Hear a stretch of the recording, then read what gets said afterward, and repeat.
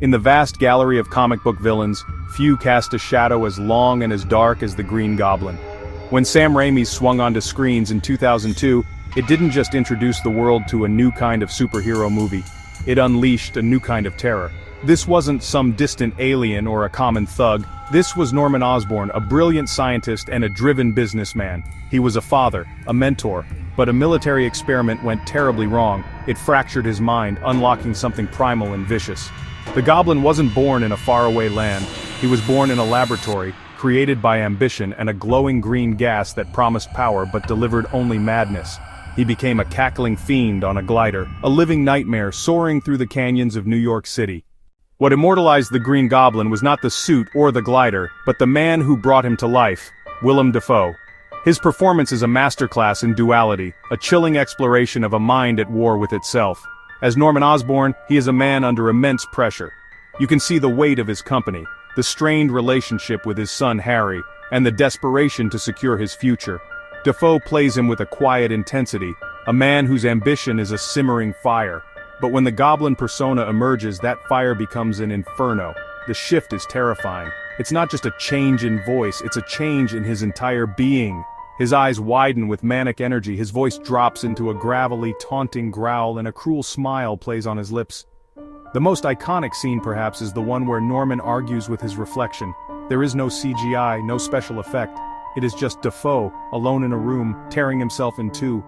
One moment, he is the terrified Norman, recoiling in horror from the monster he has become. The next, he is the Goblin, a sneering, dominant force of pure evil, mocking Norman's weakness. The conversation is utterly captivating and deeply unsettling. It's a raw display of a fractured psyche. The Green Goblin's greatness as a villain stems from how deeply he intertwines himself with Peter Parker's personal life. The conflict is not just between a hero and a villain, it is between a son and a surrogate father. Norman Osborn was a mentor to Peter. He was his best friend's dad. He saw Peter's scientific genius and respected it, offering him encouragement that Peter rarely received from anyone else. This connection makes the Goblin's discovery of Spider-Man's identity a devastating blow. The villain isn't just a random stranger, he is someone Peter knows, someone he once looked up to. This transforms their battle from a public spectacle into a private, agonizing tragedy. The Goblin knows exactly where to stick the knife. His powers made him a physical match for Spider-Man, but his true weapon was his cruelty. Enhanced strength, agility, and a healing factor made him a formidable opponent. He could go toe-to-toe with Spider-Man in a fistfight and walk away. His glider and arsenal of pumpkin bombs, razor bats, and smoke grenades made him a one-man army. But these were just tools. His real power was his willingness to cross lines that other villains wouldn't. He didn't just want to defeat Spider-Man, he wanted to break him. He attacked not just the hero, but the boy behind the mask.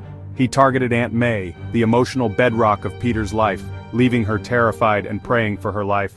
This was a violation of Peter's sanctuary. When you compare the Green Goblin to Spider-Man's other cinematic foes, his unique brand of evil becomes even clearer.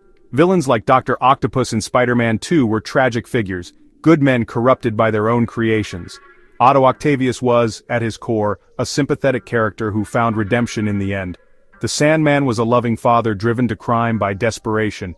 These villains challenged Spider-Man physically and emotionally, but the Green Goblin operates on a different level. He is not tragic or sympathetic. He is pure, unadulterated malevolence. He enjoys being evil. The Goblin stands out because he is the architect of Peter Parker's deepest traumas. While other villains may threaten the city, the Goblin threatens Peter's soul. His attacks are not random. They are surgical strikes against Peter's happiness and his relationships. He is the only villain who so successfully blurs the line between the hero's two worlds, using his knowledge of Peter Parker to torment Spider-Man. This intimate knowledge makes him far more sinister than a villain who simply wants to rule the world or steal some unobtainium. The Goblin's goals are personal. He wants to prove his nihilistic worldview is correct by destroying everything Peter holds dear.